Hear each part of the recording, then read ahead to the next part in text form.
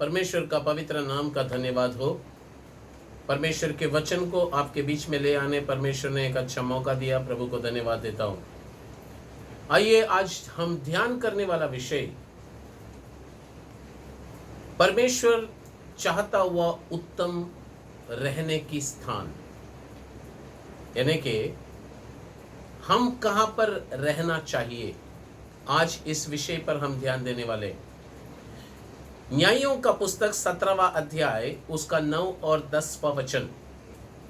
The book of जजेस chapter number 17 verses 9 and 10। Micah ने उससे पूछा, तू कहाँ से आता है? उसने कहा, मैं तो यहूदा के बेथलेहेम से आया हुआ एक लेविय हूँ, और मैं तो यहूदा के बेथलेहेम से आया हुआ एक लेविया हूँ, और इसलिए चला जाता हूँ कि जहाँ कहीं ठिकाना मुझे मिले वहीं रहूं। फिर एक बार, जहाँ कहीं ठिकाना मुझे मिले वहीं रहूं। मीका ने उससे कहा, मेरे संग रहकर मेरे लिए पिता और पुरोहित बन, और मैं तुझे प्रतिवर्ष 10 टुकड़े रुपए और 1 जोड़ा कपड़ा और भोजन वस्तु दिया करूंगा। तब वह लेविया भीतर गया। प्रभु का पवित्र नाम का महिमा हो। यहाँ पर हम एक लेवी व्यक्ति के बारे में हम ध्यान कर रहे हैं, क्योंकि वो एक परदेसी है, अपनी जगह से निकला है और रहने के लिए एक जगह को ढूंढ रहा है। कहीं भी मिले वहां पर हम रह जाएंगे, उसका कहना यही है। प्रभु को स्तुति। अब वो एक जगह को ढूंढते समय, रहने के लिए कहीं ना कहीं तो जगह मिलेगा करके सोचकर जगह ढूंढते समय वो एक व्यक्ति से मुलाकात उसका मुलाकात हुआ, और उस व्यक्ति का नाम है मीका। वो उसे पूछ रहा है, तो कहां से आ रहा है और कहां को जा रहा है? कहां से आ रहा है और कहां को जा रहा है, वो पूछ रहा है। ओके, तो उस समय ये व्यक्ति ने कहा कि भाई, मैं तो बेथलेहेम से आया हुआ एक लेविय हूं। प्रभु को स्तुति। प्यारे परमेश्वर के लोगों, वो कहता है, मैं जगह की खोज में हूं, जहां कहीं मुझे रहने के लिए स्थान मिले वहीं रह जाऊंगा। एक बात मैं आपको कहना चाहता हूं, और उस बात को बराबर ध्यान देना जरूरी है कि हम जहां कहीं भी जगह मिले वहां रह नहीं सकते। You cannot stay anywhere and everywhere, नहीं। क्योंकि जहां पर हम रहने वाले हैं वो जगह कैसा होना चाहिए, उसे हम जानना बहुत जरूरी है। क्योंकि हम सब इस पृथ्वी पर एक परदेसी है, और ये पृथ्वी में, ये दुनिया, ये संसार हमारे लिए टेम्पररी है, परमानेंट नहीं है। और जब एक संसार टेम्पररी है, इस टेम्पररी संसार में, दुनिया में जब हम रहते हैं, तो अगर इस दुनिया में हम सही ढंग से रहे तो ही स्वर्ग राज्य में जाने के लिए हमारे लिए एक अच्छा मौका मिल सकता है, जहां पर हम परमेश्वर के साथ रह सकते हैं। तो हमें ये जानना जरूरी है, इससे पहले कि कहां रहना है, ये विषय को जानने से पहले हम कौन हैं। इस वचन में लिखा हुआ लेवी जो व्यक्ति है, उसके जीवन के जरिए हम देखेंगे। प्रभु को स्तुति हो। आइए प्रभु के वचन के अंदर देखते हैं कि ये लेविया व्यक्ति के बारे में लिखा गया है कि मैं तो यहूदा के बेथलेहेम से आया हुआ एक लेविया हूं। तो ये यहूदा का व्यक्ति है, यानी कि एक बात को समझना जरूरी है कि ये परमेश्वर का बेटा है। He is the child of God. सबसे पहला इसका विषय लिखा है कि ये यहूदा से है। एक बात को समझना है, हम कौन है यदि हमें जानना है तो हमारे विषय में यह बताया गया है कि आप और मैं परमेश्वर के बेटे हैं। We are the child of God. आप यहूदा से हैं। आप भले बिजनेस करें, आप भले काम पर जाए, आप भले पारिवारिक जीवन करें, आप भले यात्रा करें, आप भले इस शहर से दूसरी शहर या इस देश से दूसरी देश में जाए, एक बात को समझना है कि आप परमेश्वर के बेटे हैं। You are the child of God. इस संसार में कोई भी वेश आप पहनेंगे तो भी अंदर परमेश्वर का बेटा छिपा हुआ, ये याद रखना जरूरी है। प्रभु को स्तुति हो। इसलिए कुछ भी करने से पहले ये ध्यान में रखना है। क्यों? क्योंकि आप कितना भी वेश बदल के घूमे, बात ऐसा है आपके ऊपर पवित्र आत्मा का मोहर लगा हुआ है। इसलिए वो मोहर लगा है, इसलिए वो मोहर लगने का एक बात है कि तुम अब तुम्हारे नहीं हो, तुम्हें परमेश्वर ने खरीद लिया है।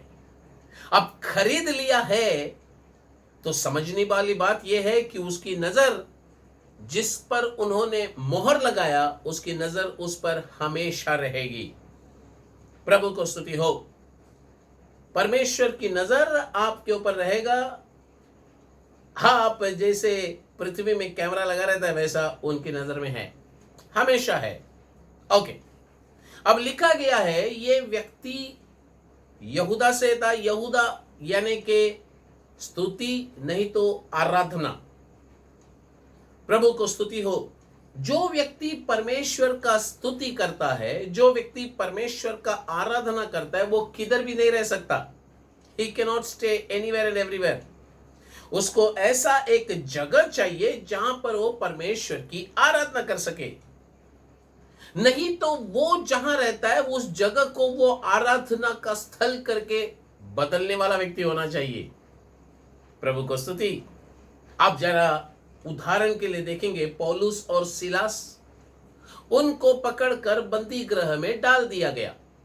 क्या हुआ? जिस बंदी गृह में डाला, समय आने पर वे लोग स्तुति और आराधना करने लगे। बंदी गृह आराधना का स्थल बन गया। प्रभु को स्तुति हो। तो याद रखना है, हम कौन हैं हमें जानना है। आपको कहां रहना है या कहां नहीं रहना है, यह जानने से पहले आप कौन है ये आपको जानना जरूरी है। सबसे पहले आप परमेश्वर के बेटे हैं, बेटियां हैं। नंबर 2, क्यों? क्योंकि ये व्यक्ति के बारे में हम देखते समय ये यहूदा से था।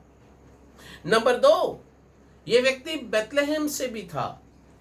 जैसा हम बाइबल में पढ़ते हैं, मैं तो यहूदा के बेतलेहम से आया हुआ एक लेविया हूं। पहला ये एक यहूदा का व्यक्ति है, उसके बाद ये एक बेतलेहम का व्यक्ति है। बेतलेहम का मतलब, प्रभु को स्तुतियो, रोटी का घर, द हाउस ऑफ ब्रेड। प्रभु को स्तुतियो। अगर आप बाबिलोन में भी रहेंगे फिर भी आप परमेश्वर का इच्छा पूरा करने वाला व्यक्ति बनेंगे। प्रभु को स्तुति हो। लेविया व्यवस्था 16वां अध्याय उसका 16वां वचन को पढ़ेंगे। The book of Leviticus chapter number 16 verse 16 लिखा गया है, और वह इजरायलियों की भांति भांति की अशुद्धता और अपराधों और उनके सब पापों के कारण पवित्र स्थान के लिए प्रायश्चित करे, और मिलाप वाला तंबू जो उसके संग उनकी भांति भांति की अशुद्धता के बीच रहता है, उसके लिए भी वह वैसा ही करे। प्रभु को स्तुति हो। देखिए, आप इस पृथ्वी में पाप के बीच में, अशुद्धता के बीच में रहेंगे तो भी आपके अंदर परमेश्वर है, आप परमेश्वर का बेटा है, आप पर परमेश्वर ने मोहर लगाया है, आप आराधना करने वाला व्यक्ति है।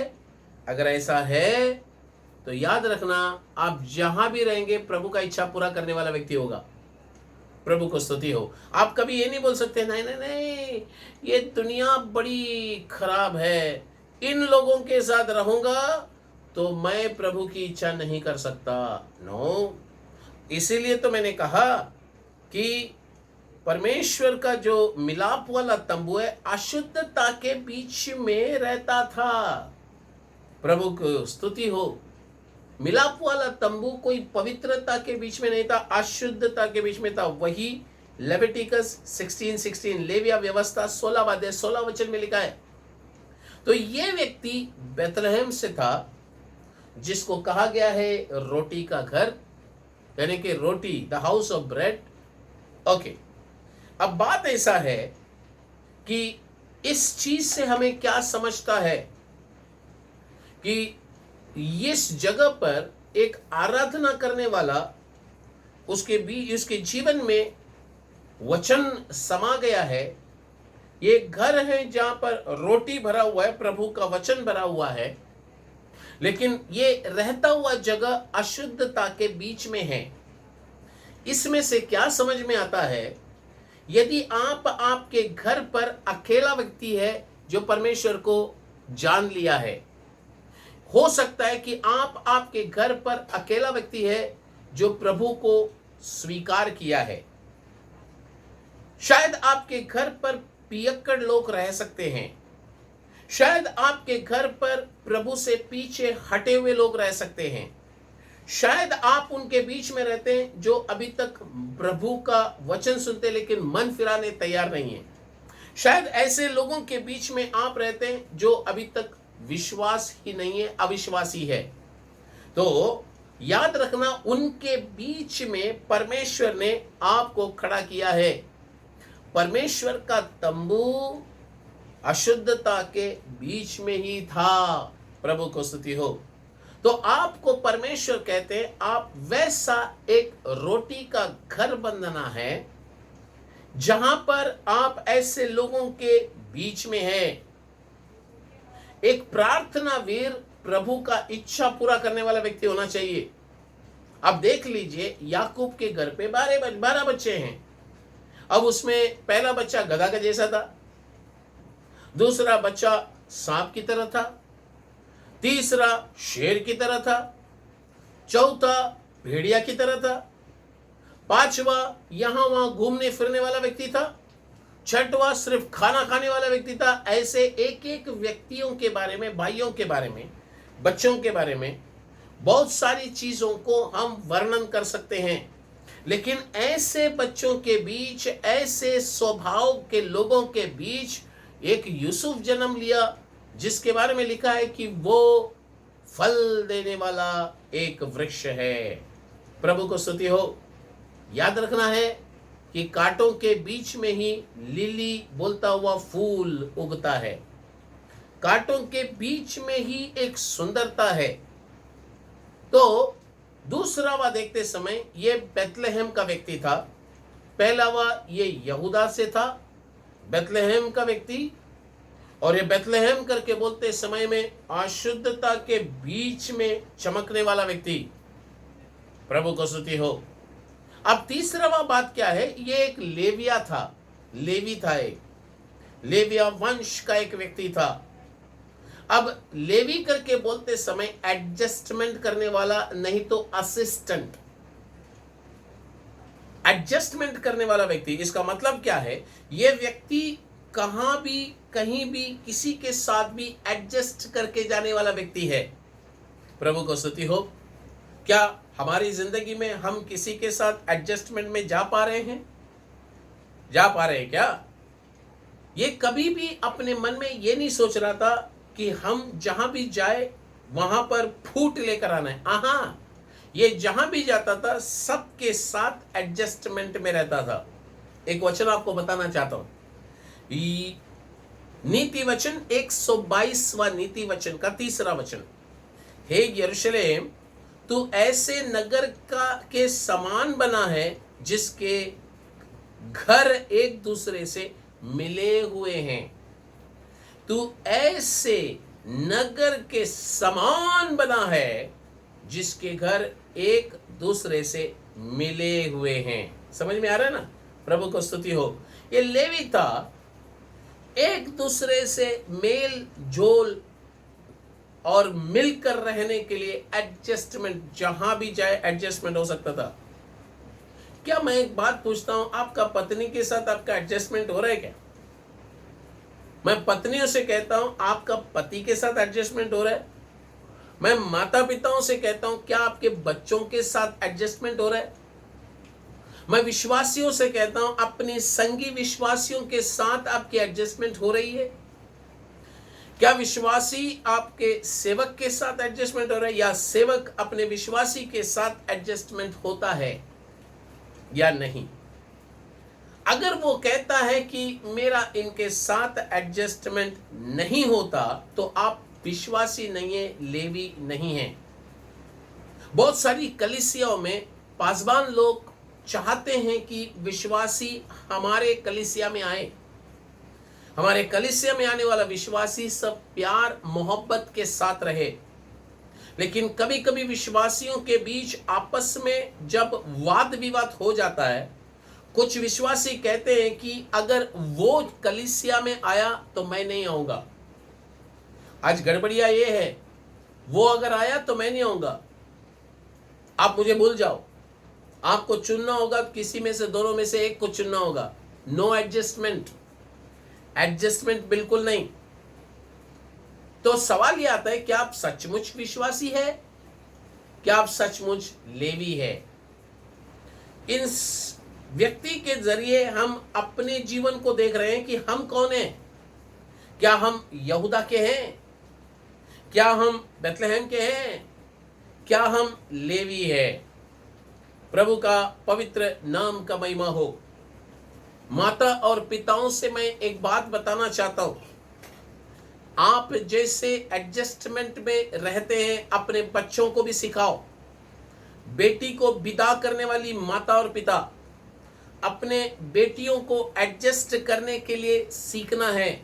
एक बराबर लेवी बनाओ, ताकि उसे जब किसी के घर पर आप विदा करते हैं, वो भी वहां पर परफेक्ट लेवी बनकर रहेगी।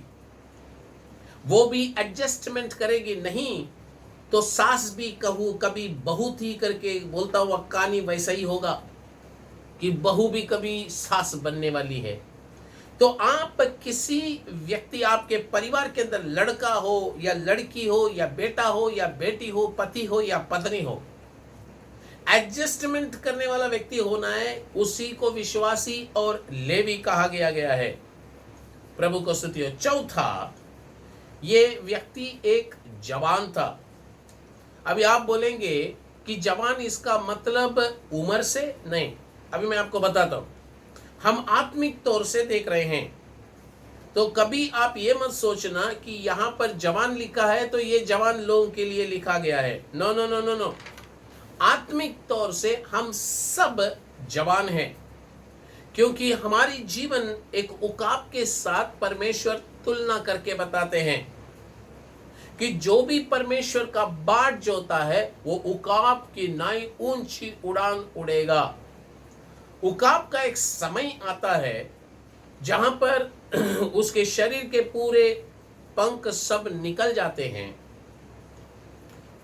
उसके चोंच नया आता है, पैरों की नाखून नया आता है, शरीर के ऊपर की जो पंखे हैं वो सब नया आता है, और फिर वो एक जवान की तरह उड़ता है। लेकिन वो नया आने तक राह देखता है।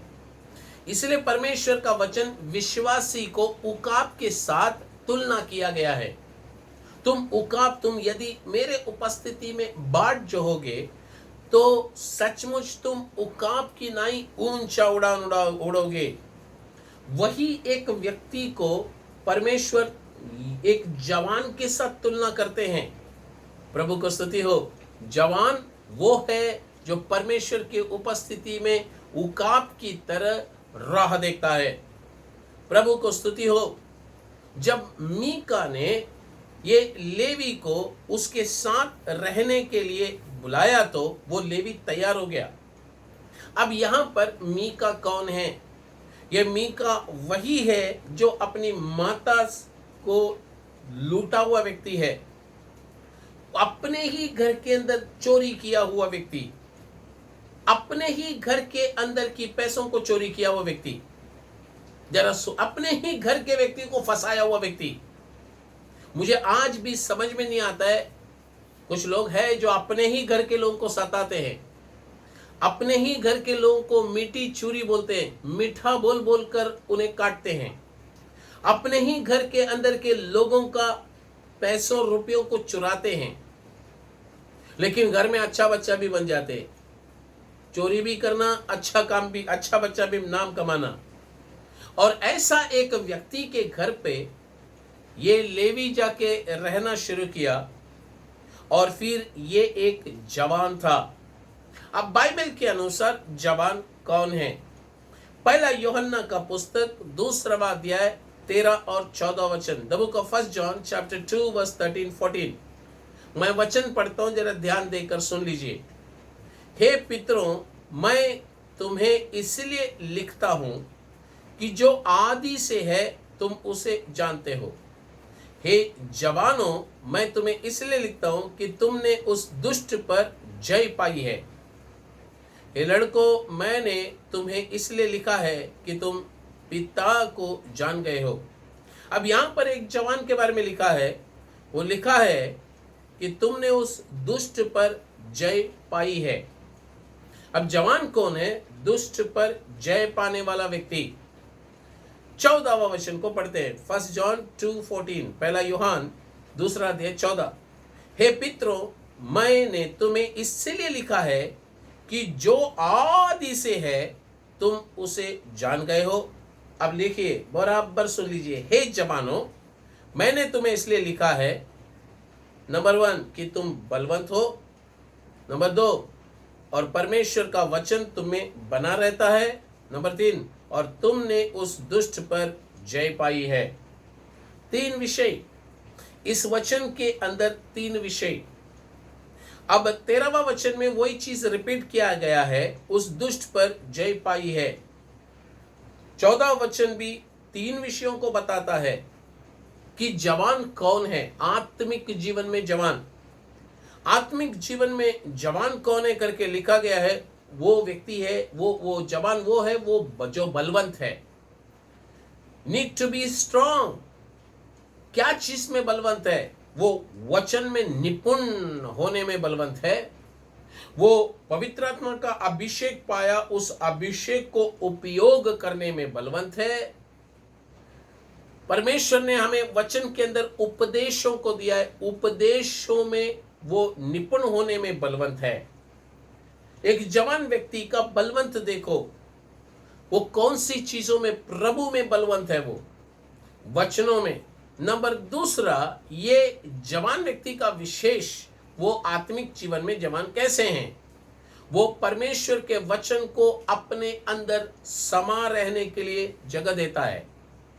बाइबल तो वही लिखा है कि तुम, इसलिए लिखता हूं कि तुम बलवंत हो, नंबर 1, नंबर 2 परमेश्वर का वचन तुम्हें बना रहता है। यानी कि बाइबल जैसा कहता है, दिन और रात वचन में मनन करने वाला व्यक्ति। शत्रु का काम क्या है? वचन को चोरी करना। अगर उसने वचन चोरी कर लिया, सुना हुआ वचन हृदय में नहीं रहता है, और बहुत सारे विश्वासियों, बोलता हूं मैं, सुनाऊं, वचन भूल गया। लेकिन यहां पर इसका अंदर वचन बना रहता है। जिसमें वचन बना रहता है, बना रहने के लिए भी तो मेहनत है। क्या मेहनत है? दिन रात मनन करो। जैसा यहोशू से परमेश्वर कहता है, उसको दिन रात मनन करो। ये व्यवस्था की पुस्तक तुम्हारी चित्त से उतरने मत दो। तो जवान कौन है? जवान वो है जो वचन को समा रहने के लिए मेहनत करता है। नंबर 3, बाइबल कहता है तुमने उस दुष्ट पर जय पाई है। जय पाने वाला व्यक्ति, वचन हृदय में समा रहने वाला व्यक्ति और परमेश्वर में बलवंत होने वाला व्यक्ति, उन तीनों को जवान की कैटेगरी में डाला है। आज मेरा सवाल आपसे है कि आप दुष्ट पर जय कैसे पाते हैं? बाइबल कहता है भलाई से बुराई को जीत लो। बुराई, दुष्टता को जीतना है तो आपके अंदर भलाई चाहिए। अगर आपके अंदर भी दुष्टता है तो आप कैसे जीतेंगे? किस प्रकार जीतेंगे? तो जवान को तीन तरीके से बताया गया है। पहला, वो बलवंत रहता है, वो अभिषेक में, आत्मा में, वचन में बलवंत है। नंबर दो, वो व्यक्ति के अंदर प्रभु का वचन समा रहता है। नंबर तीन, वो दुष्ट पर विजय प्राप्त करता है। अगर आप इस स्थिति में ये तीन चीज आप में नहीं है, तो आप अभी तक आत्मिक जीवन में बच्चा ही है, अभी तक जवान हुए ही नहीं। प्रभु को स्तुति हो। तो तीन चीज देख रहे हैं, चार चीज देखे हैं। प्रभु को स्तुति। एक तो ये व्यक्ति यहूदा से था, दूसरा ये व्यक्ति बेथलेहेम था, तीसरा ये व्यक्ति लेवी था, और चौथा ये व्यक्ति एक जवान था। प्रभु को स्तुति हो। पांचवा, ये व्यक्ति मीका बोलता हुआ व्यक्ति के लिए पिता बन गया। न्यायों का पुस्तक 17वां अध्याय 10वां वचन को देखेंगे। मीका ने उससे कहा, मेरे संग रहकर मेरे लिए पिता और पुरोहित बन, और मैं तुझे प्रतिवर्ष 10 टुकड़े रुपए और 1 जोड़ा कपड़ा और भोजन वस्तु दिया करूंगा। तब वह लेविया भीतर गया। यहां पर कुछ बिजनेस की डील चल रही है। यहां पर एक व्यक्ति लेवी को बुला रहा है कि मेरे घर में कुछ मूर्तियां हैं, और उसका अभी तक जिम्मेदारी मुझ पर डाला गया, लेकिन तुझसे बेहतर तो दूसरा कोई नहीं होगा।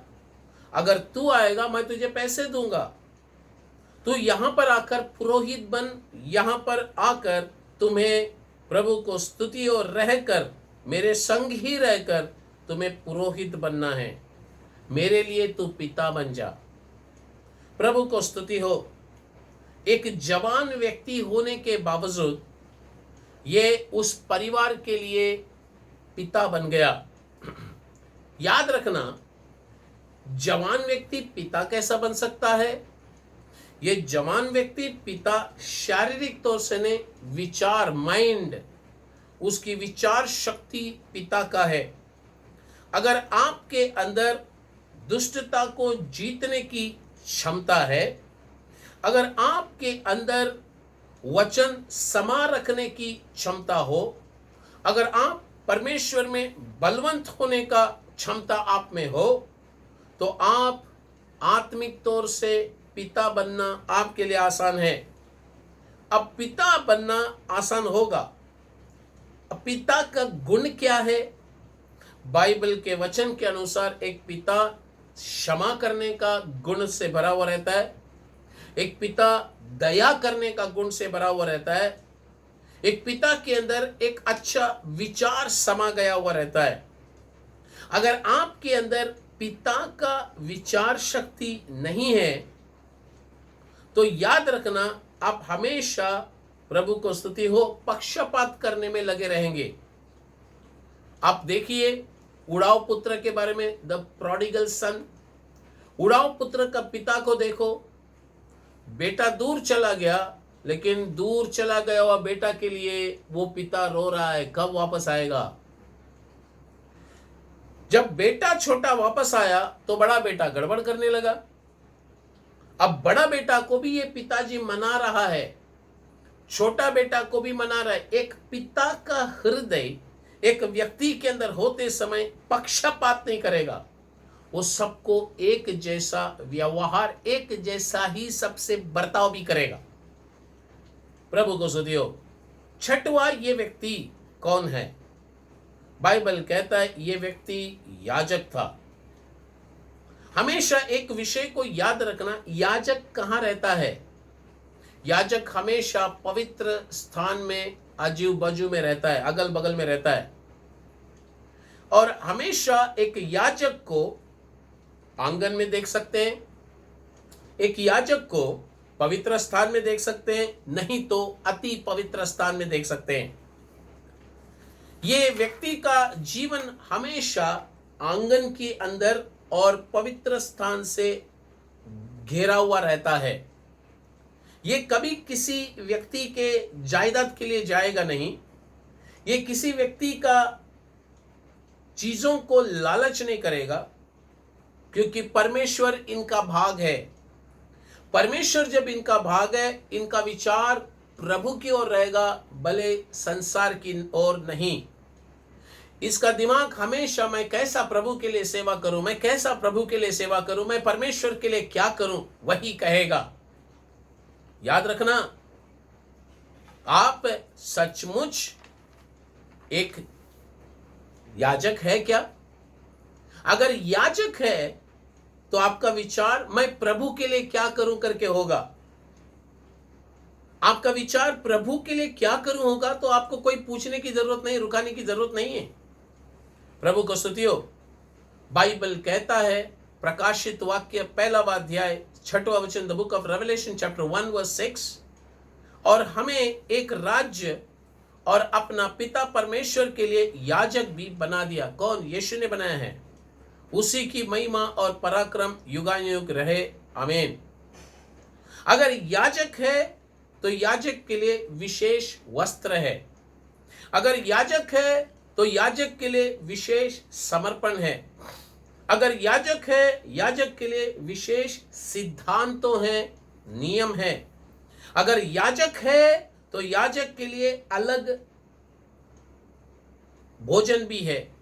अगर याजक है तो याजक के लिए अलग सेवा भी है। प्रभु को स्तुति हो। ये बातों को समझना जरूरी है। जिन्हें भी परमेश्वर ने चुना है उनको राजा और याजक बनाया है। अभी आप अपने आप को याजक हो या नहीं, यह देखना जरूरी है। याजक होगा तो लालची नहीं बनोगे। याजक होगा तो मैं प्रभु के लिए क्या करूं सोचोगे। आप पीछे हटने की जरूरत नहीं है, क्योंकि प्रभु ने आपको ठहराया है। एक अच्छा याजक बनकर प्रभु को बताना है। तो याजक का कपड़ों के विषय में बताया गया है। एहेजकेल 4 अध्याय 19 और 20, the book of Ezekiel chapter 44 उसका 19 और 20। प्रभु का वचन क्या कहता है? और जब वे बाहरी आंगन में लोगों के पास निकले, तब जो वस्त्र पहने हुए वे सेवा टहल करते थे, उन्हें उतारकर और पवित्र कोठरियों में रखकर दूसरे वस्त्र पहने, जिससे लोग उनके वस्त्रों के कारण पवित्र न ठहरे, और न तो वे सिर मुंडाए और न बाल लंबे होने दे, वे केवल अपने बाल कटाए। अब याजक के लिए पवित्र स्थान में जाते समय एक वस्त्र दिया गया है। लोगों से मुलाकात करते समय एक वस्त्र दिया गया है। आप और मैं याजक है। बहुत लोग प्रभु की उपस्थिति में आते हैं, शर्म की बात है बोलने के लिए। हम चर्च में आते हैं तो कपड़े क्या पहनते हैं भाई? What dress are you wearing when you come to the church? तो कैसे कपड़े पहनते हैं? मैं कुछ लोगों को देखा हूं, कुछ लोग नाइटी, कपड़ा, घर का जो नाइटी है ना, वो पहन के चर्च में आते हैं। समझ में नहीं आता है उनको हम किससे मुलाकात करने जा रहे हैं। पवित्र स्थान में प्रभु से मुलाकात करने जा रहे हैं। कुछ लोगों को देखेंगे तो घसा पिटा हुआ कपड़ा पहनकर आएंगे। पवित्र स्थान के लिए एक अलग वस्त्र रखो। कलीसिया जाते समय एक अलग वस्त्र रखो। कलीसिया में कुछ लोग फैशन शो करते हैं कलीसिया के अंदर, मत कीजिए। आप कलीसिया में फैशन शो करने नहीं आते। आप कलीसिया के अंदर आते हैं तो पवित्र स्थान में परमेश्वर से मुलाकात करने आते हैं। अगर आप याजक है तो याजक, पवित्र स्थान, परमेश्वर का उपस्थिति को समझना जरूरी है। एक बात जवान भाइयों और जवान बहनें, इस चीज को समझ लेना। एक समय था कि लोग जीन्स पहनते थे, फटा हुआ जीन्स पहनते नहीं थे। आजकल अच्छा जीन्स खरीद कर लोग फाड़ के पहन कर आते हैं कलीसिया के अंदर। सोच लो, देखो वचन क्या कहता है। वचन के दायरे पर रहना। प्रभु का उपस्थिति के लिए एक विशेष ड्रेस है, विशेष वस्त्र है। आपको उसको समझना जरूरी है कि आप याजक है। You are not an ordinary person. आप एक साधारण व्यक्ति नहीं है, आप एक याजक है। आपके बाल कैसे रहना है, आपका शरीर में कपड़ा कैसा रहना है, अलग वस्त्र है पवित्र स्थान के लिए, प्रभु की उपस्थिति के लिए। ये याजक करके कहते समय में प्रभु को स्तुति हो। याजक को समर्पण भी रहता है। न्यायियों के पुस्तक 7वां अध्याय 12वां वचन, तब मीका ने उस लेविया का संस्कार किया और वह जवान उसका पुरोहित होकर मीका के घर में रहने लगा। प्रभु को स्तुति हो। याद रखना, एक समर्पण का जीवन याजक के अंदर होना जरूरी है। You need consecration in your life. समर्पण एक है जनरल आता है, यानी कि सर्वसाधारण समर्पण, और दूसरा है एक विशेष समर्पण। सर्वसाधारण हम प्रभु के उपस्थिति में आकर कहते हैं मैं अपने आप को सौंप देता हूं, जनरल कॉन्सिक्रेशन। लेकिन एक विशेष समर्पण होता है, मैं आपको अभी बताना चाहता हूं। प्रभु को स्तुति हो। एक व्यक्ति यीशु के समान एक दिन में नहीं बन सकता। मैं याजक का बात करता हूं। याजक हो तो समर्पण होना है, और हम सबको परमेश्वर ने याजक बनाया है, क्योंकि वो याजक इसीलिए बनाता है ताकि हमें वो स्वर्ग लेकर जाना चाहते हैं। भजन संहिता 50वां भजन संहिता उसका 5वां वचन, the book of Psalms 50 verse number 5, मेरे भक्तों को मेरे पास इकट्ठा करो जिन्होंने बलिदान चढ़ाकर मुझसे वाचा बांधी है। यहां पर एक प्रभु को स्तुति हो, भक्तों को इकट्ठा करते हैं। ये लोग प्रभु के साथ वाचा बांधते हैं। That is a consecration, dedication. एक समर्पित व्यक्ति या तो एक समर्पण करने वाला व्यक्ति, उसका मुख्य लक्ष्य समर्पण करते समय लक्ष्य यही होगा कि मैं परमेश्वर के नजदीक कैसे जाऊं। और आपका समर्पण बहुत ही सोच विचार, बोलते हैं ना नॉनसेंस और एक कॉमन सेंस बोलते हैं। तो कुछ लोग नॉनसेंस करके बोलते समय बुद्धू की तरह समर्पण करते हैं, कुछ लोग बुद्धिमानी से समर्पण करते हैं। याद रखना, कुछ लोग कहते हैं हम परमेश्वर दिन में 2 वक्त मैं खाना ही नहीं खाऊंगा, 2 वक्त कभी, दोपहर और शाम, जिंदगी भर मैं तेरे लिए ऐसा ही रहूंगा। और पता चला कि 15 दिन के बाद वो आदमी रास्ते में बेहोश पड़ा है। लोग रास्ते से उठाकर उसको लेकर जाएंगे। अस्पताल में जाने के बाद अस्पताल में देखा जाएगा तो ये बेचारा भूखा मरा हुआ है। आपका समर्पण लॉजिकल होने दो, कि आप अपने मन में जो आए, कैसा भी आए वैसा नहीं। हर चीजों को बुद्धिमानी से करना जरूरी है। हर चीजों को सोच समझ कर करना जरूरी है। प्रभु को स्तुति हो। प्यारे परमेश्वर के लोगों, आपका जीवन में जो आप उपवास लेते हैं, हफ्ते में 3 वक्त होना है, क्योंकि बाइबल का वचन कहता है फरीसियों हफ्ते में 2 वक्त उपवास लेते थे, 2 times a week। लेकिन बाइबल का वचन के अनुसार उससे भी अधिक हमारा होना है, तभी स्वर्गराज जा सकते हैं।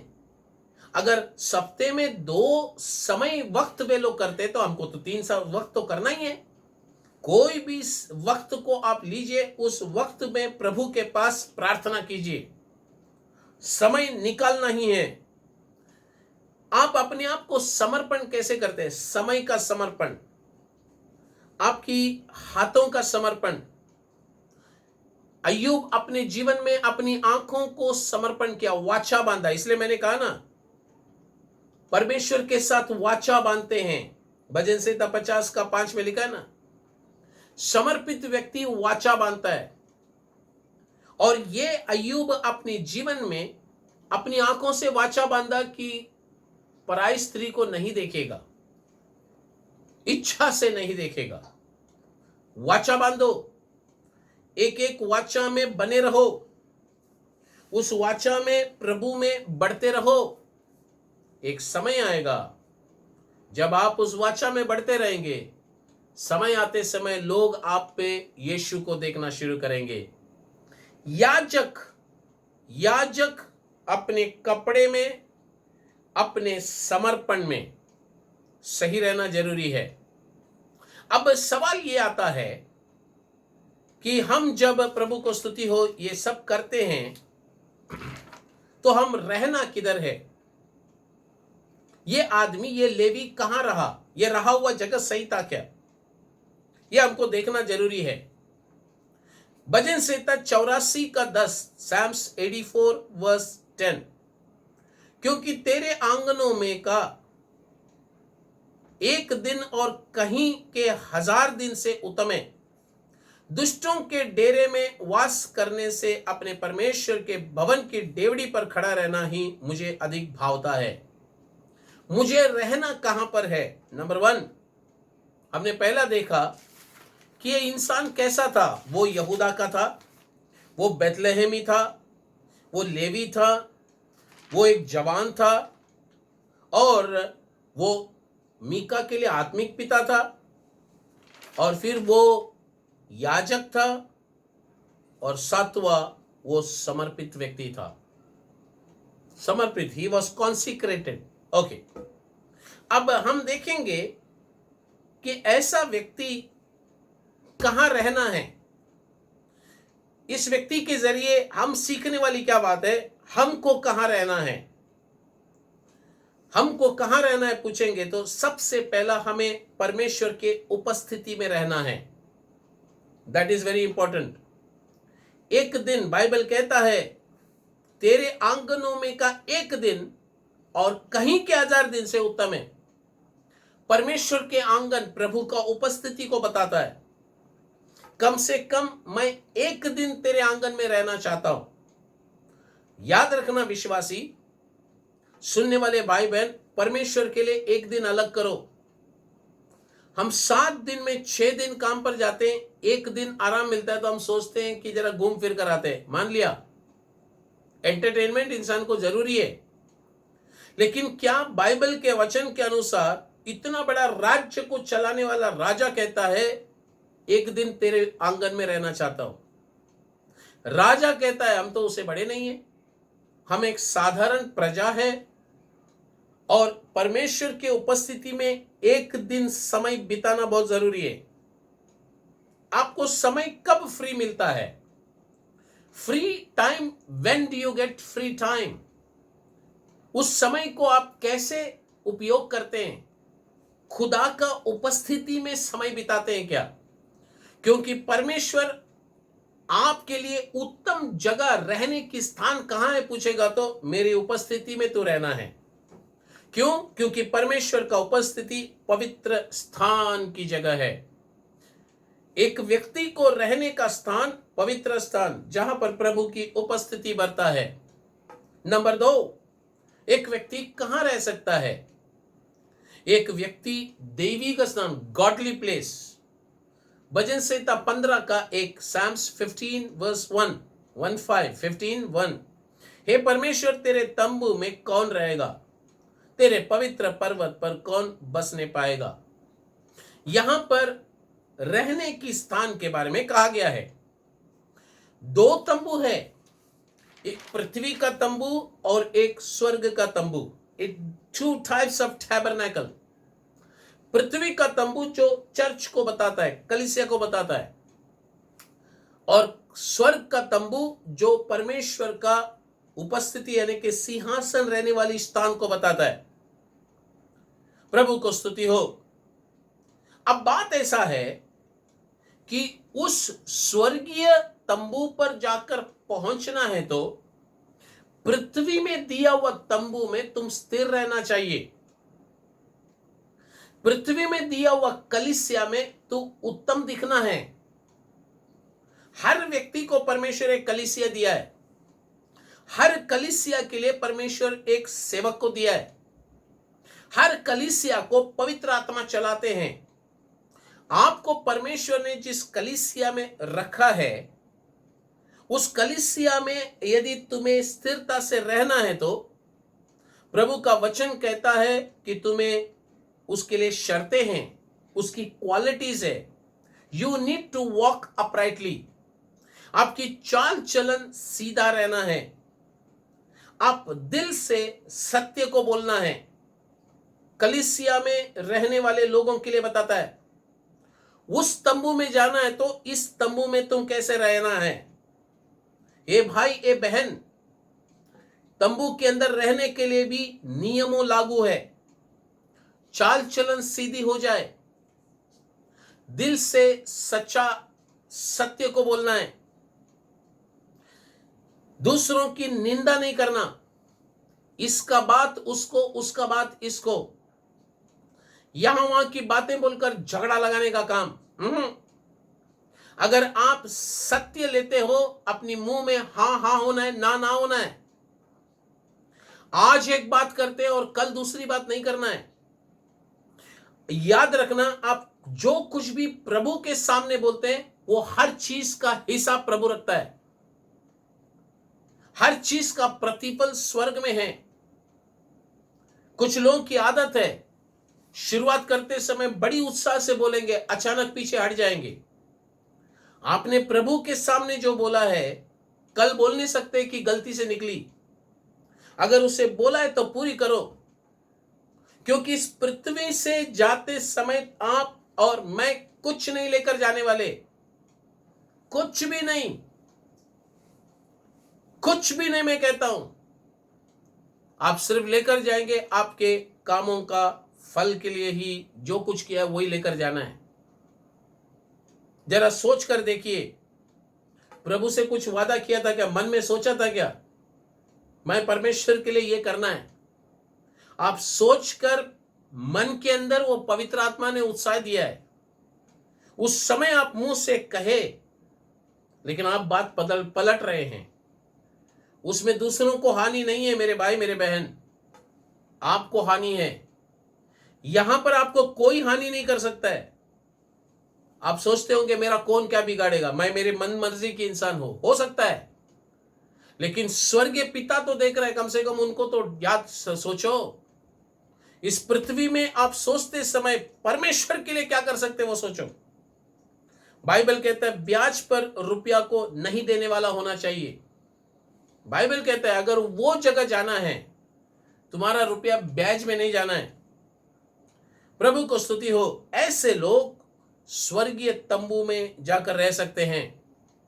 लेकिन ये पृथ्वी के तंबू के अंदर ये क्वालिफिकेशन होना जरूरी है। प्रभु को स्तुति हो। जब कलीसिया को बनाया जाता है, कलीसिया का बिल्डिंग वर्क चलता है, तो कुछ लोग शब्द देते हैं, मैं इतना दूंगा, मैं प्रभु के लिए इतना दूंगा, वो बोलकर बैठ जाते हैं। लेकिन आखिर देखेंगे तो प्रभु के लिए कुछ नहीं देता है। भाई, आप देवे या ना देवे, स्वर्गीय पिता देखता है। इस पृथ्वी का तंबू में ये सब ट्रायल बेसिस में चल रहा है। ट्रायल बेसिस में चलते समय में आप इस पृथ्वी के तंबू में कितना सच्चा है, आपकी चाल चलन कितना सही है, आपकी हृदय से आप कितने सच बोल रहे हैं। आपको पैसे मिले तो उस पैसे को रुपया में ब्याज में देना चाहते हैं, या तो उस पैसे को परमेश्वर के लिए खर्च करना चाहते हैं। प्रभु सब कुछ देखता है, क्योंकि आप करते हैं तो परमेश्वर के लिए करो। ऐसे व्यक्ति इस पृथ्वी में, उसके लिए परमेश्वर ने उसकी जगह रखा है, गॉड्स प्लेस। परमेश्वर का तंबू में आपको रहना है। रहने के लिए इस तरीके से रहना है। तो सबसे पहला प्रभु की उपस्थिति, जो पवित्र स्थान में रहना है करके प्रभु चाहते। नंबर 2, कलीसिया में रहना है प्रभु चाहते। कलीसिया से निकलकर भटको मत। हमेशा परमेश्वर कलीसिया और परिवार, कलीसिया परिवार सब देखते हैं। जब इंसान शादी करता है, बहुत खुशी से शादी करता है। जब बच्चे हो जाते हैं और जिम्मेदारी आता है, तो वो कहता है कि नहीं नहीं, अभी हमसे नहीं संभाला जाएगा। आपको जिम्मेदारी संभालना है। परमेश्वर ने आपको एक कलीसिया में लेकर आया है। कलीसिया में आपका फर्ज भी है, आपका किरदार है, उसे निभाइए। अगर आपको परमेश्वर ने गाना बजाने के लिए टैलेंट दिया है तो गाना बजाओ, बाजा बजाओ, गाना गाओ। सबको एक जैसा नहीं, कुछ लोगों को प्रार्थना करने के लिए वरदान दिया है, कुछ लोगों को परमेश्वर पैसे दिए हैं, प्रभु के लिए ही खर्च करना है, ये याद रखना। नंबर 3, कहां पर रहना है, वेयर यू शुड स्टे, आप उसी जगह में रहे। नंबर 3, जहां पर परमेश्वर का नाम महिमा होना है। Stay in a place where God's name will be glorified. प्रभु का नाम जहां पर महिमा नहीं होता है, आप वहां नहीं रहना है। जहां पर इंसान की बड़ाई होता है, वहां पर नहीं रहने के लिए कहा है। प्रभु की महिमा जहां पर होता है, वहीं पर रहना। अब देख लीजिए, ये लेवी मीका के घर पर गया। मीका कौन है? एक चोर आदमी है। ये इसके घर पे गया, उसके घर के अंदर उसने मूर्ति बनवा के रखी है, और फिर उसके घर पर जब गया तो वो इससे ऑफर देता है, तो मेरे घर पे रहेगा, पुरोहित बन जा, हमको पुरोहित की कमी थी, अगर तू मेरे घर पर मेरे पिता बन, मेरे पुरोहित बन। अगर ऐसे बनोगे, फुकट में नहीं बनना है, फ्री में मत बनो, मैं तुम्हें पैसे दूंगा, मैं तुम्हें पैसे दूंगा, उसका इनाम दूंगा, उसका उसका उसका फल दूंगा। मैं आपको एक बात बोलता हूं, अगर आप परमेश्वर यीशु मसीह के पास आए हैं, इस मार्ग में आप बिजनेस को ध्यान में रखकर मत आओ। यीशु मसीह के पास आया तो कितना कमा सकता है, अगर मैं ये करूं तो मुझे कितना मिलेगा, इस विचार से मत आओ।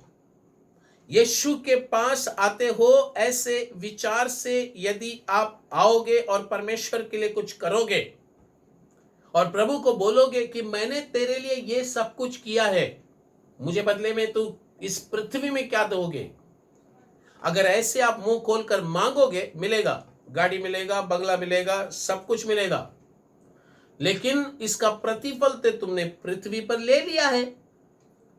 तो स्वर्ग जाते समय आप बोलेंगे, प्रभु जी उस सबको प्रतिफल दिया, मुझे किधर है? तो परमेश्वर बोलेंगे, पृथ्वी में ऑलरेडी तूने मांग लिया है। अब सोच लीजिए, आप परमेश्वर के लिए बहुत कुछ कर रहे हैं। कुछ लोग कंप्लेंट करते, इतना सब कुछ किया, प्रभु ने मेरे लिए क्या किया? अरे आपका प्रतिफल अगर आप पृथ्वी में ही चाहते, प्रभु कर देगा, लेकिन आपका प्रतिफल स्वर्ग में चाहते हैं, उसके लिए आपको धीरज चाहिए। प्रभु को स्तुति हो। भजन संहिता 61 का 4 कहता है, मैं तेरे तंबू में युगानुयुग बना रहूंगा। क्यों? क्योंकि तंबू के अंदर प्रभु का महिमा करने वाली जगह है। तेरे तंबू में युगानुयुग हमेशा रहना चाहता हूं प्रभु। प्रभु कहां पर आपको रहना चाहिए? कहते हैं, परमेश्वर की महिमा होने वाले स्थान में तुम रहो। जहां पर प्रभु की बाइबल कहता है ना, कुछ लोग घोड़ों की तो कुछ लोग रथों का महिमा करेंगे, मैं तो मेरा परमेश्वर का महिमा करूंगा। जहां पर इंसान का महिमा होता है, दौलत की महिमा होता है, आप दिखना नहीं वहां। परमेश्वर चाहता है कि आप उसी जगह रहना है जहां पर प्रभु की महिमा हो। आपको पता है क्या हुआ? ये लेवी उस मीका के घर पर था, रुपयों के लिए खड़ा था वहां पर। उसने कहा, तुम्हें मैं रुपया दूंगा, तुम्हें मैं वस्त्र भी दूंगा, आपको प्रभु को स्तुति हो, बोनस मिल सकता है, बस तुम इधर रहकर मेरा पिता बनना है, मेरा पुरोहित बनो। परमेश्वर ने देखा ये सही नहीं है। वो लेवी को क्या किया मालूम है? उस जगह से उसको उखाड़ कर निकाला। अरे मैंने तुझे एक परिवार का पुरोहित बनने के लिए नहीं बुलाया, मैं तो तुम्हें एक, प्रभु को स्तुति हो, वो कहता एक एक एक गोत्र का मैं तुम्हें पुरोहित बनाऊंगा। परमेश्वर को इच्छा नहीं था, वो वहां पर रहता हुआ प्रभु की इच्छा नहीं था, वो वहां पर रहकर उस व्यक्ति का पुरोहित बनना प्रभु का इच्छा नहीं था। याद रखना, अगर परमेश्वर का इच्छा नहीं है उस जगह तुम रहोगे, समस्या आ जाएगी। अगर परमेश्वर आपको कहते हैं यहां पर मत रहे, इस पर जा मत, मत जाओ, मत रहो, परमेश्वर की आवाज को सुनो। नंबर 4, हम दाऊद के जीवन में देखते हैं वो कहां रहता था। ये लेविया का इतना तक देखा। अब दाऊद के जीवन में देखते हैं, दाऊद जंगल में रहता था। पहला शामुएल 26:3, फर्स्ट शामुएल चैप्टर 26:3। और शाऊल ने अपनी छावनी मार्ग के पास हकीला नाम पहाड़ी पर जो यशीमोन के सामने है डाली, परंतु दाऊद जंगल में रहा और उसने जान लिया कि शाऊल मेरे पीछा करने को जंगल में आया है। हम सबको जंगल में रहना जरूरी है। जंगल का अर्थ क्या है? The wilderness, the life of wilderness talks about a life of faith. जंगल का अनुभव विश्वास का जीवन को दर्शाता है, क्योंकि जंगल में केवल परमेश्वर के अलावा तुम्हें कोई नहीं सहारा दे सकता। It's a life completely dependent upon God. ये वो जीवन है जहां पर एक व्यक्ति जंगल में पूरी तरह से प्रभु के ऊपर ही उसको सहारा रखना है। प्रभु को स्तुति हो। और ये जंगल ऐसी जगह है जहां पर परमेश्वर आपको बनाते हैं, आपको शेप देते हैं, आपकी जीवन में सुधार को लेकर आते हैं, आपको बड़े कार्य के लिए तैयार करते हैं। प्रभु को स्तुति हो। क्योंकि यहां पर ही है परमेश्वर एक इंसान को तोड़ते हैं। यहां पर ही है एक एक बार परमेश्वर अपनी हिसाब से एक व्यक्ति नहीं बना तो उसे फिर तोड़ते हैं उधर। प्रभु को स्तुति हो। जरा यूसुफ के बारे में देखेंगे। अगर यूसुफ पिताजी के घर पे बैठ के सपना देख रहा है, स्वप्नदर्शी था, लेकिन परमेश्वर को पता था ये पिता के पास बैठा तो इसको मैं सही नहीं कर सकता हूं, इसलिए परमेश्वर उसको वहां से मिस्र देश में लेकर जाते हैं। पोतीफर के घर पर रहता है और परमेश्वर देखते हैं पोतीफर के घर पर भी ये सीधा नहीं होगा, इसको मुझे बनाना है, क्योंकि आने वाला भविष्य में ये व्यक्ति देश को चलाने वाला व्यक्ति है। इसलिए परमेश्वर इसे पोतीफर के घर से निकालकर बंदीगृह में डालते हैं, जहां पर बाइबल कहता है प्रभु का वचन उसे कसौटी पर कसा। याद रखना, एक जंगल की अनुभव में परमेश्वर लेकर जाते हैं, वहां तुम्हें रहना है। कोई भी जंगल का अनुभव पसंद नहीं करता, क्योंकि वहां पर कोई नहीं है सहारा के लिए। नहीं बाबा मुझे वहां नहीं जाना है, लेकिन परमेश्वर बोलते हैं मुझे तुझे यदि बनाना है तो मैं तुझे जंगल में लेकर जाऊंगा। प्रभु को स्तुति हो। क्योंकि यूसुफ को फिरौन का सामने खड़ा करना था। प्यारे परमेश्वर के लोगों, जरा समझ कर देखिए, यदि आप जंगल की अनुभव में हैं तो क्यों हैं? जंगल में अपने प्यारे लोग को आपने खो दिए हैं, आप अकेला हो गए हैं, आप दिल में सोच रहे हैं कि मैं अकेला हो गया, ये जंगल के अनुभव में मैं खो दिया अपने लोगों को, मैं अकेला हो गया, मैं कहां जाऊं? परमेश्वर का वचन कहता है तुम्हें परमेश्वर ने इस जगह पर लाया है कि तुम्हारी आंखें स्वर्ग की ओर लगे रहे। परमेश्वर आपको वहीं पर बनाने वाली जगह है। कुछ अच्छा कार्य के लिए प्रभु आपको बना रहा है। इसलिए बाइबल कहता है हर परिस्थिति में परमेश्वर को धन्यवाद कहो। धन्यवाद कहना आसान नहीं है। It is not at all easy. हम अपने प्यारों को खो देते हैं, धन्यवाद कैसे करेंगे? आज भी मैं जानता हूं उन लोगों को जो आज भी आंसू बहा रहे हैं, अपने लोगों को खोकर आंसू बहाते हैं। कितने दिन आंसू बहाओगे? परमेश्वर तुम्हें उस जंगल में लाया है। बाइबल कहता है सर का एक बाल भी उसकी अनुमति बिना नहीं गिरता। अगर ऐसा होगा तो आपने अपने लोगों को खोया है, तो क्या प्रभु का ज्ञान के बगैर हुआ है? आज आप अकेलापन महसूस करते हैं तो आप जंगल में आ चुके हैं। मैं क्यों अकेला हूं करके रोते हो क्या? आप जंगल में आए हैं, प्रभु आपको बनाना चाहते हैं। उसे आपसे कुछ काम करवाना है। मूसा को जंगल में लाने के बाद ही उसे बनाया, या यूसुफ को जंगल के अनुभव में बनाया, उसको एक अच्छी जगह पेश करना था। परमेश्वर को स्तुति हो। पांचवा, परमेश्वर आपको कहां रखना चाहते हैं? पहला शामुएल 23वां अध्याय 29वां वचन लिखा है, वहां से चढ़कर एनगेदी के गढ़ों में रहने लगा। आपको 5वां गढ़ों में रहना है। It's a place of safety. गढ़ों में रहना एक सुरक्षित जगह है। आपकी प्रार्थना के लिए एक सुरक्षा की जरूरत है। आपकी पवित्रता के लिए एक सुरक्षा की जरूरत है। आपकी समर्पण के लिए एक सुरक्षा की जरूरत है। आपकी समर्पण की जीवन को कोई डिस्टर्ब नहीं करना है। अपने आप को आपको सुरक्षित रखना है। आपकी दैविकता यानी कि अलौकिक जीवन, उसे कोई सता तकलीफ ना दे। आपको संभालना है। आपकी शुद्धता को संभाल कर रखना है। ये ऐसा गढ़ है जहां पर आपको सबको संभालने के लिए वहां पर रहना होगा। तब दाऊद और पहला शामिल 23वां अध्याय 13वां वचन में लिखा है, 1 शामिल 23:13। तब दाऊद और उनके जन जो कोई 600 थे किला से निकल गए और इधर उधर जहां कहीं जा सके वहां गए। क्यों मालूम है? बाइबल कहता है उनका पीछा कर रहा था शाऊल, और ये लोग जहां कहीं जा सके वहां गए। 13वां वचन में जहां कहीं जा सके वहां गए, और बाइबल कहता है शाऊल उनका पीछा करना छोड़ दिया। बड़ी ताज्जुब की बात है। गढ़ों में रहना है। अगर आप गढ़ों में रहने के लिए सीखोगे, याद रखना शाऊल पीछा करना रुक जाएगा।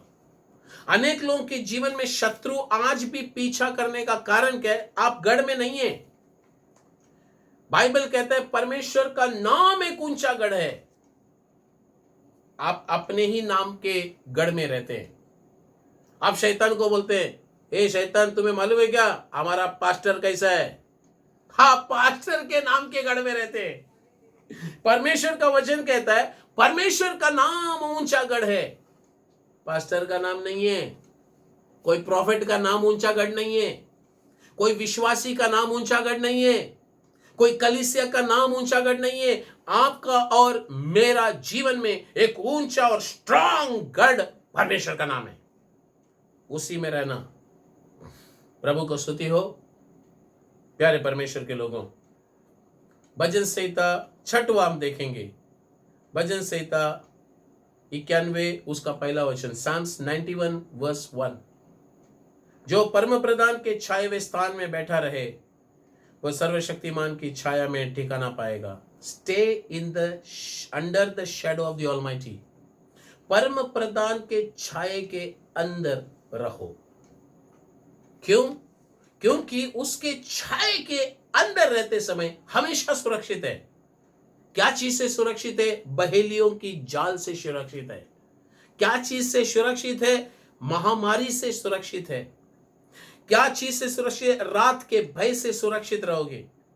क्या चीज से सुरक्षित रहोगे? तीर से जो दिन को उड़ता है उससे प्रभु सुरक्षित रखेगा। क्या चीज से सुरक्षित रहोगे? महामारी जो अंधेरे में फैलती है। अंग्रेजी में क्या है? The pestilence that walketh in darkness. महामारी चलकर भी जाती है, वो एक व्यक्ति है। पेस्टिलेंस इज अ पर्सन, वो चल सकता है। परमेश्वर कहते हैं तू मेरे छाया के अंदर रहोगे तो बचेगा। बाइबल कहता है महारोग जो दिन दोपहरी में उजाड़ता है उससे बचोगे। The destruction that wasted at noonday. दिन हो रात हो, हर जगह में सुरक्षित रहना है। कब रह सकते हो?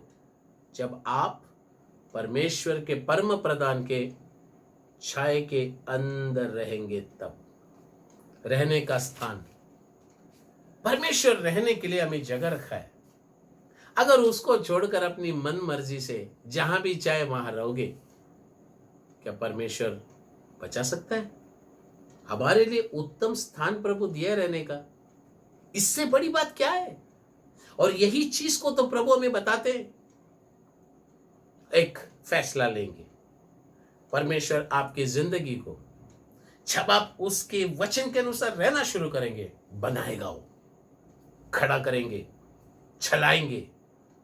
आइए प्रार्थना करते हैं। प्यारे परमेश्वर, तेरे पवित्र नाम को हम स्तुति करते हैं, धन्यवाद करते हैं।